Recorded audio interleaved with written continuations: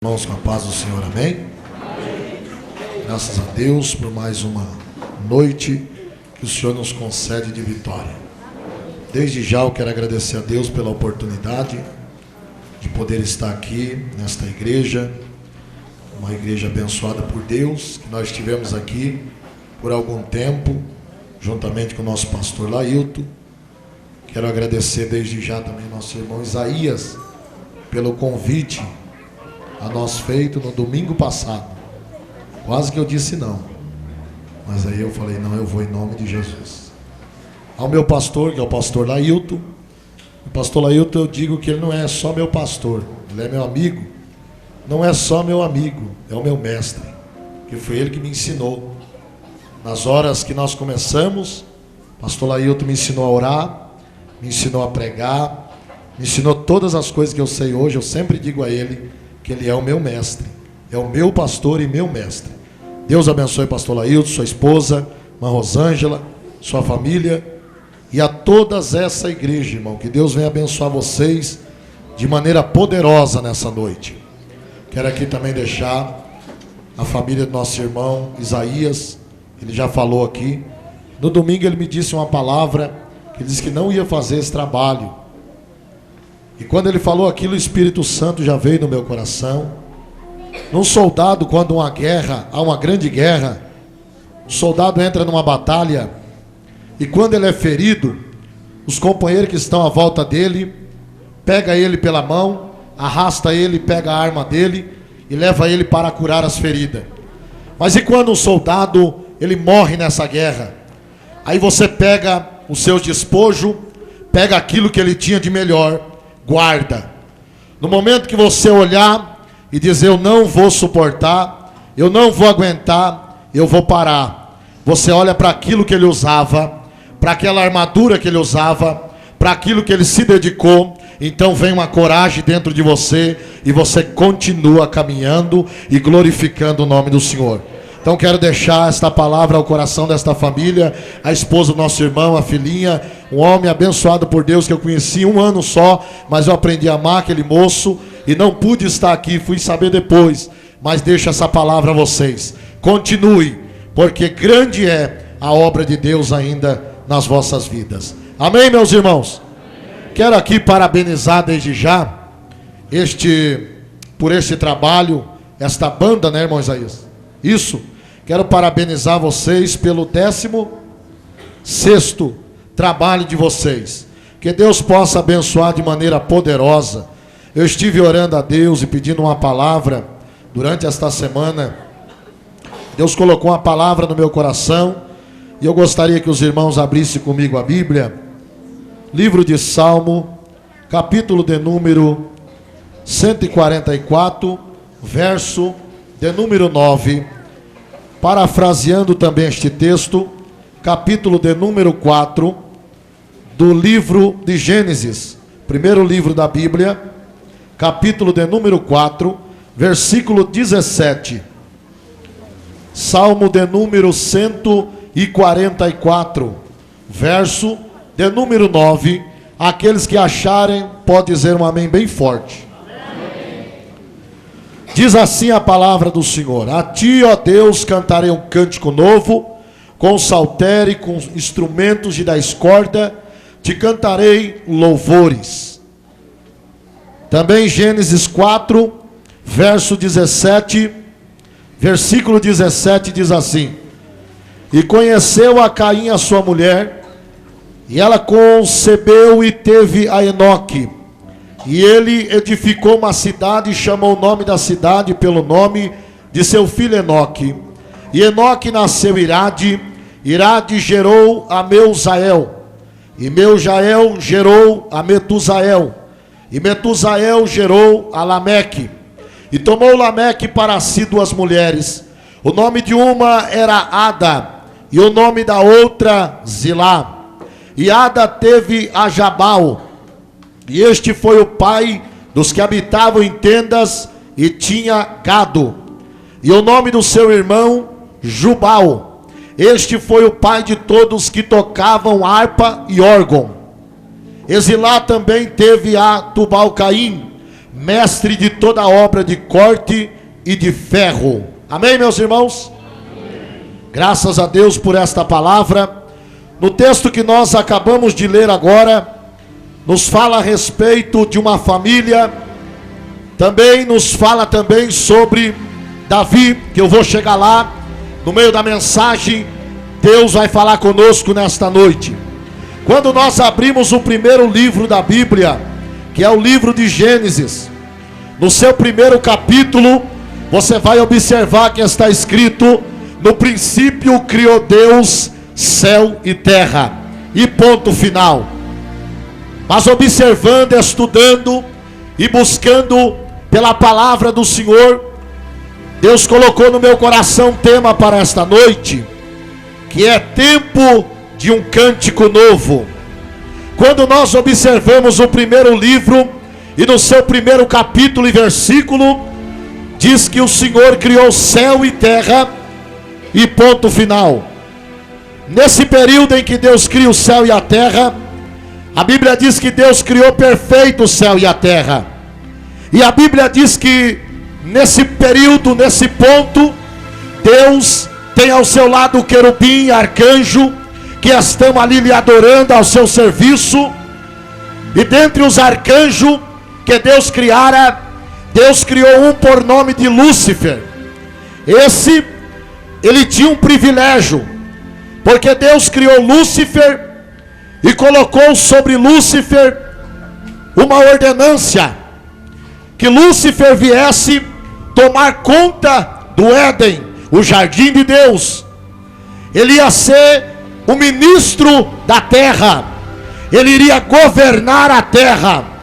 A Bíblia diz que Deus criou ele de uma maneira tão linda e poderosa, que lá no livro de Ezequiel, no capítulo 28, verso 17, 13 e 17, diz a Bíblia que este Lúcifer, ele foi coberto com pedras preciosas, como sardônio, como jaspe, como ouro. Esse homem, esse anjo que era um arcanjo, passou a ser um querubim ungido por Deus, de uma maneira que Deus lhe entregou a terra na sua mão.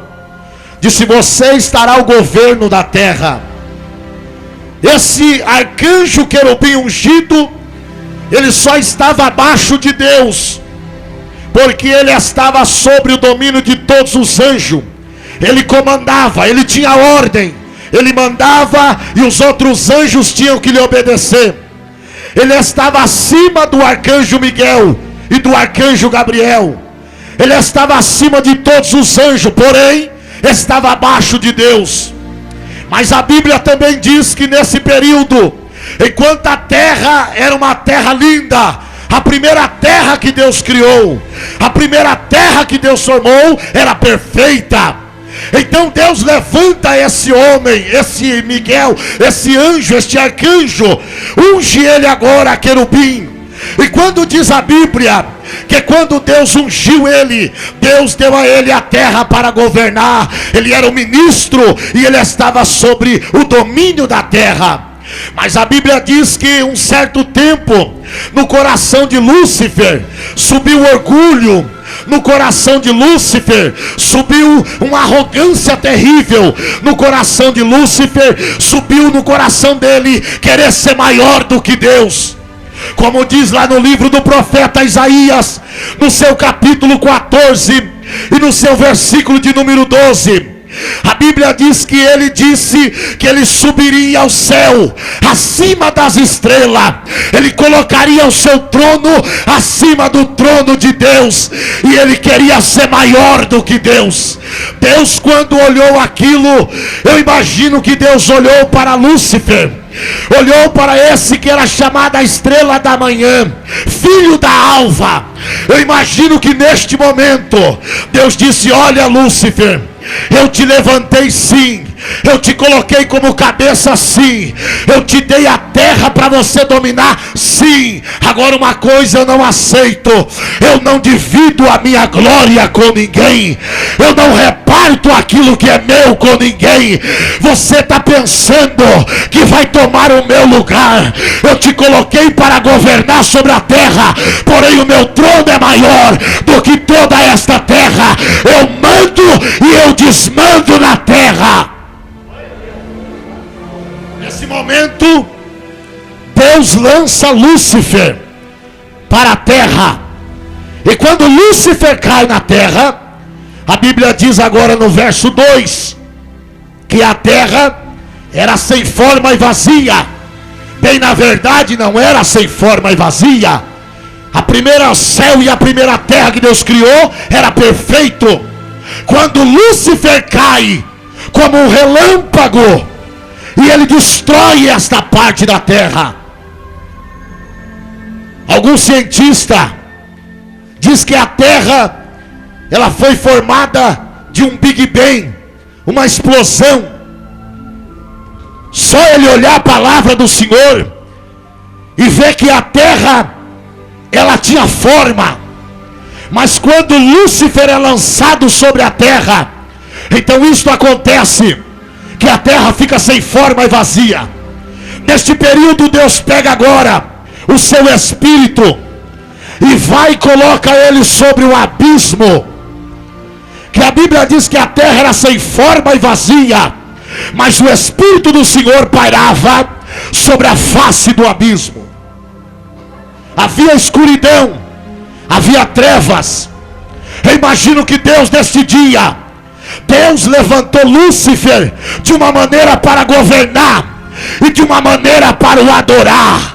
Porque diz a Bíblia lá no livro do profeta Ezequiel, no verso 17 e o capítulo 28, que dentro de Lúcifer havia tambores, dentro de Lúcifer havia pífaros.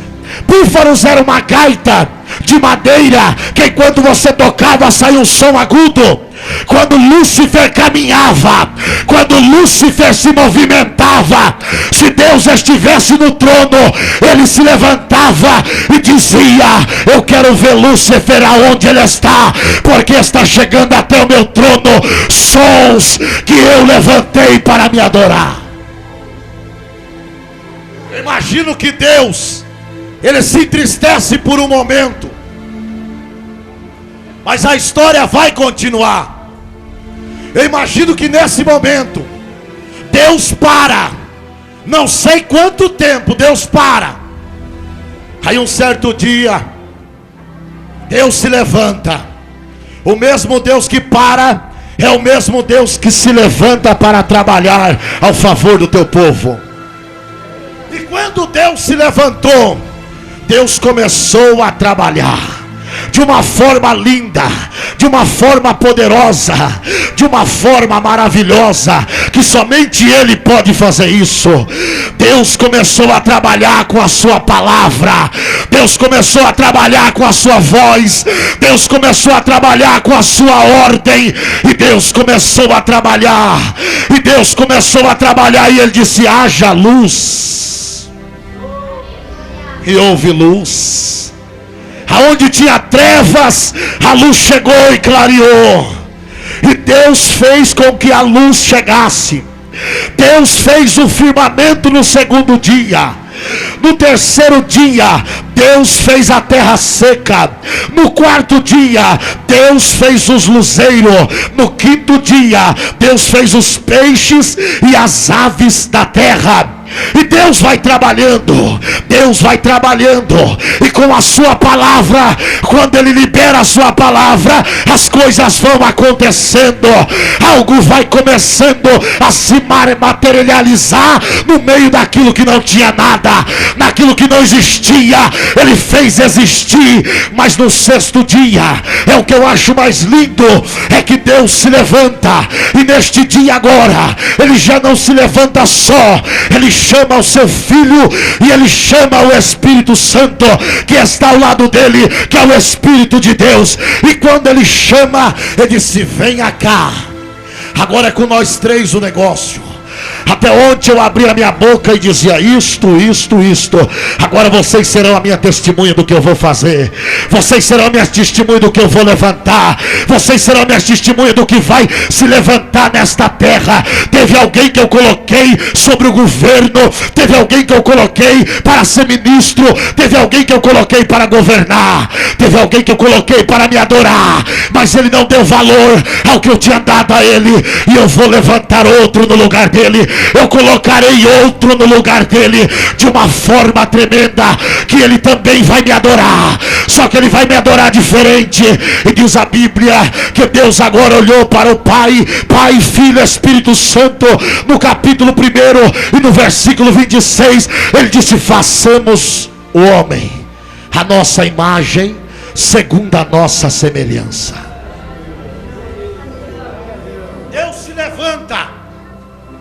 Deus se levanta e ele desce na terra, e ele vai lá no jardim que ele colocou lá no jardim do Éden.